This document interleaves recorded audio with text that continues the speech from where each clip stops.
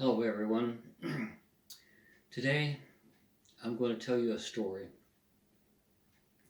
This is a true story. It's something that happened with me, and I feel like it's well worthwhile telling others about it.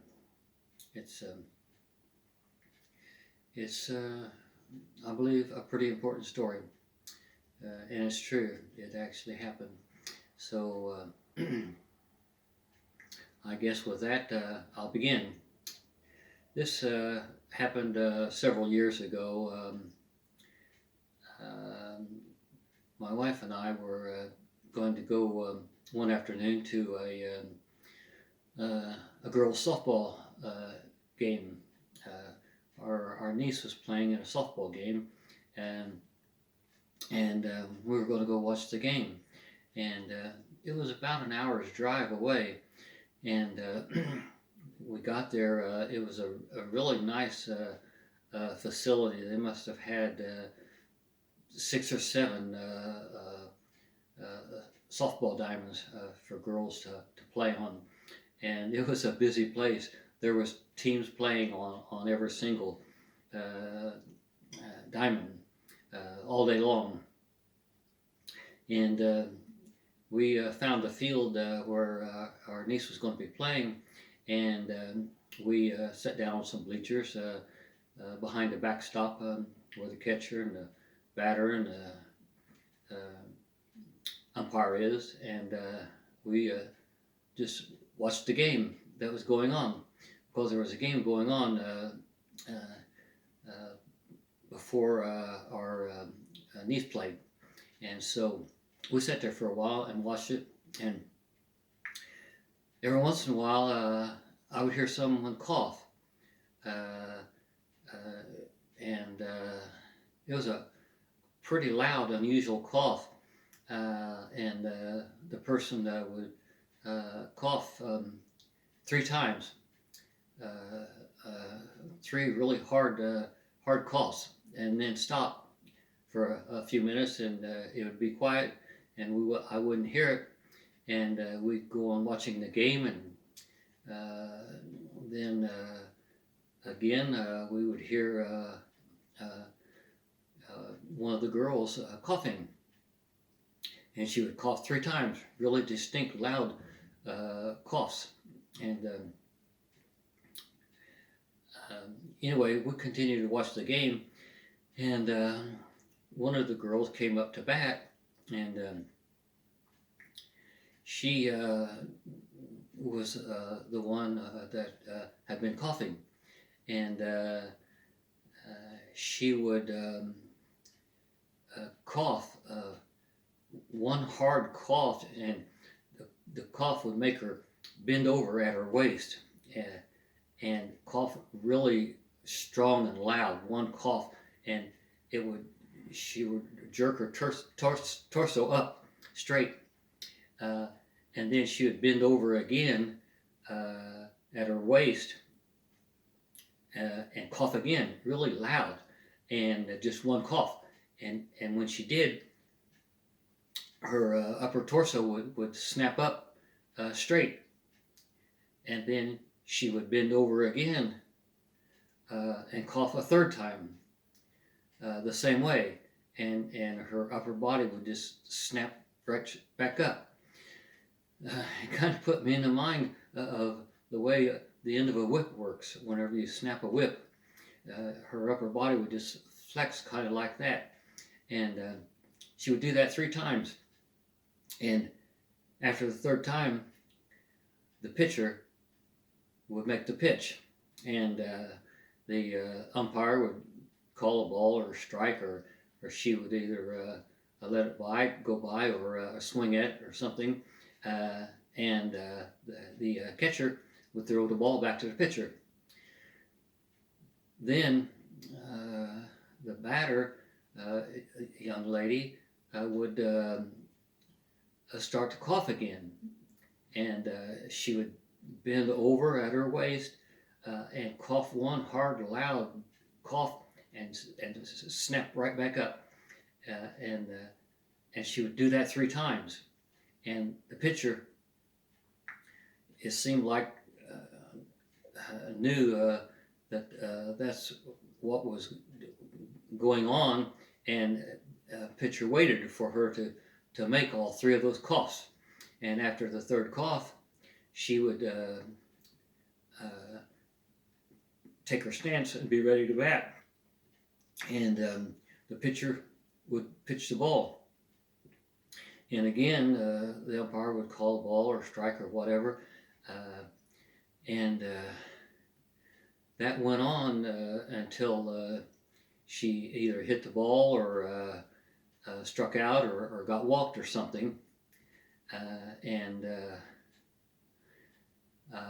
It was really very unusual. I'd never seen anybody cough like that. I never heard of anybody coughing like that. And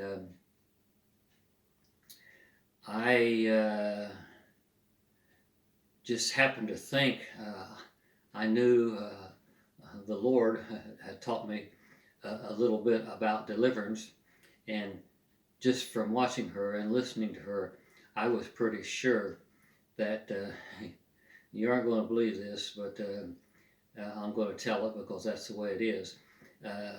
I believed and was pretty sure that the young lady was being afflicted by a demon spirit, and it was a demon that was in her that was causing her to have that very unusual, strange kind of cough, and uniform and regularly. And so I know that you can, if you're a believer, if you believe in Jesus Christ, and you know a little bit about deliverance, then you can cast a spirit out of somebody like that just by commanding it to leave in the name of Jesus Christ. And so that's what I did. I commanded that demon spirit to leave out of her in the name of Jesus Christ. I commanded it to go in the name of Jesus Christ. And I didn't say anything out loud because my wife was sitting beside me, and there was other people around, and I didn't want them to hear me say anything like that. So I just spoke the words in my mind, and I waited to see what happened, and nothing happened. The spirit that I suspected was in her didn't leave, and that either meant that it wasn't caused by a spirit, or there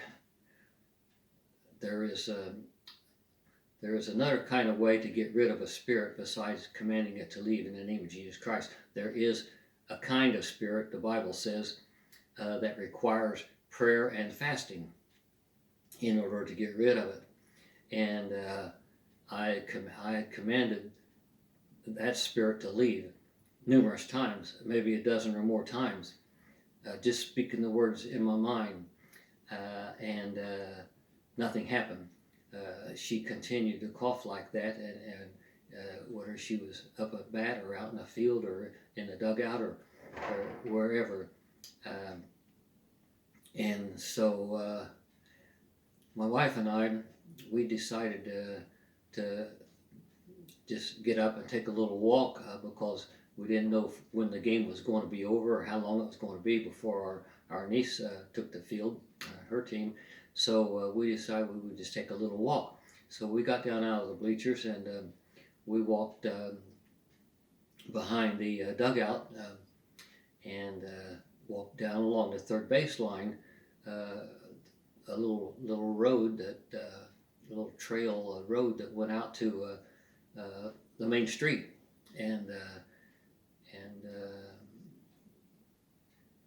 as we walked out that way, there was a street that was lined with great big trees, and there was lots of shade.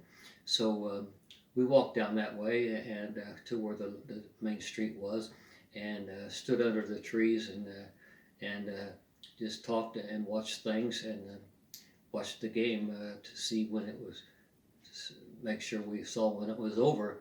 And we was there for maybe 5 or 10 minutes, And then we decided that the game should be about over, so we walked back toward the field.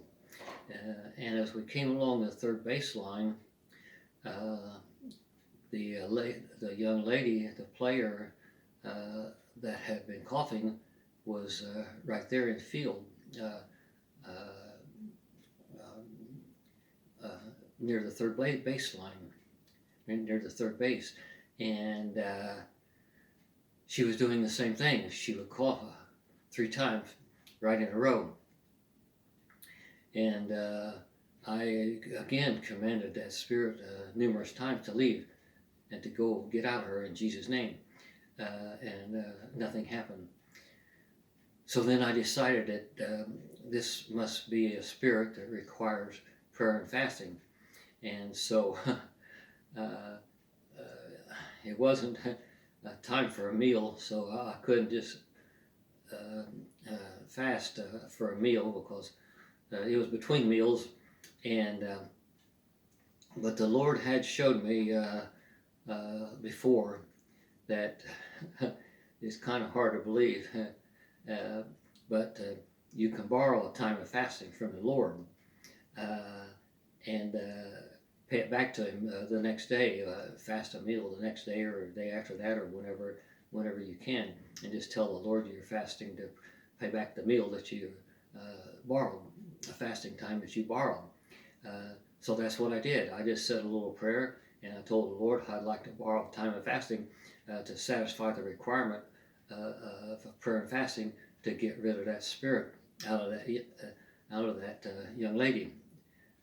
And so that's what I did. I borrowed a time of fasting, and then I commanded that spirit in the name of Jesus Christ to go out of her and not ever come back.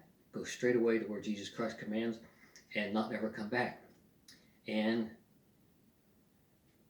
I waited because I wanted to see if she coughed anymore. Well, it was just almost right after I did that the game ended, and she took off running up to the dugout, and I listened really intently to see if I heard her cough on the way up to the dugout, and I didn't. So my wife and I, we walked on up along the third baseline, and behind the dugout where the team was, and the coach had gathered a team in the dugout to give them a pep talk and to congratulate them. I don't know whether they won or lost, but the coach was in the dugout with all the girls, the whole team, and was talking to them. And I listened as we walked by the dugout, the back of the dugout, to see if I heard anybody cough, and I didn't. So we walked on around to the bleachers and sat down in the bleachers, and the bleachers was right beside the dugout, not even like 6 feet away from the dugout. And we could hear the girls and the coach and everybody talking, and I listened intently to see if I heard anybody cough, and I didn't. And after a little while, maybe 10 minutes or so, the coach released all the girls so that they could leave, and the girls all and the other coaches and assistant coaches all came out of the dugout, and they walked right by the grandstand where my wife and I was sitting, and I listened and listened and listened to see if I heard anyone cough, and the whole team and the coaches all walked by the bleachers, and a lot of them gathered out behind the bleachers where their parents and their grandparents was meeting them, and they stood back there, all of them for a while, talking and visiting and congratulating each other, and I listened and listened, and I didn't hear anyone cough. And pretty soon the people just started dispersing and going their own way, and pretty soon it was quiet behind the grandstand, and there was just a few people coming and going, and I never ever heard anyone cough like that again. So I believed, and I believe that that spirit that was causing that young lady to cough like that left. It was cast out of her. But it just so happened to be that it was one that required prayer and fasting. And so that's what happened. I hoped and prayed that she would be all right, and that it would never bother her again. But from the time that I was out with my wife by the third base line, and I borrowed a time of fasting, and then commanded that spirit to leave in Jesus' name, I never heard that ball player cough again. And so that's the story about what happened. And as I sat there and thought about it, I thanked the Lord umpteen times for setting that young lady free. And I thank the Lord for teaching me a little bit about deliverance. Otherwise, I would have not known what to do. And it dawned on me that out of all the people there was hundreds of people there. There were people playing on games on 6 or 7 different fields at the same time. It was a crowded place. There was lots of people there. And I happened to think that nobody but the Lord and myself knew what happened at that game and how that young lady got over the affliction that she was being bothered with. I couldn't hardly believe it. I just thought that was really, really amazing. That God was right there doing His work, taking care of people and setting captives free. And I thank the Lord that He had already taught me a little bit about how to do that. So that's what I'm telling you this for. You have to believe in Jesus Christ or you can't do it. That's what the Bible says. That's not what I'm saying. That's what the Bible says. And if you do believe in Jesus Christ, then you can do it. You can cast demons out of yourself, your family members, your children, your friends, your neighbors, whoever. So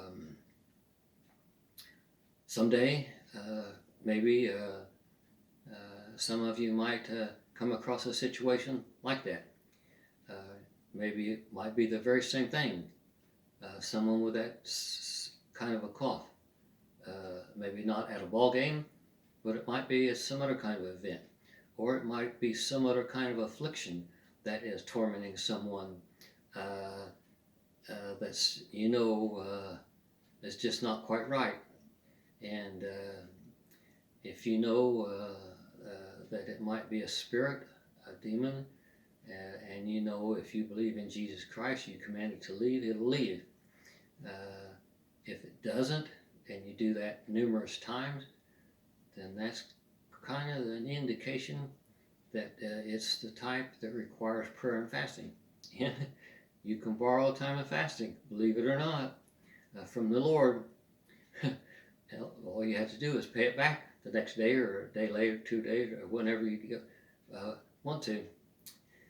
So I'm telling you this video or this story so that you will know about something that you otherwise would not know about, most likely, because not very many people know about this kind of thing. And if you do, you can set yourself free, and all your family members and loved ones, and you and everyone around you will be better off. So I hope this video helps you, and I hope you might learn how to do it. I guess that's about it. I thank you very much for watching. You take it easy, and God bless you.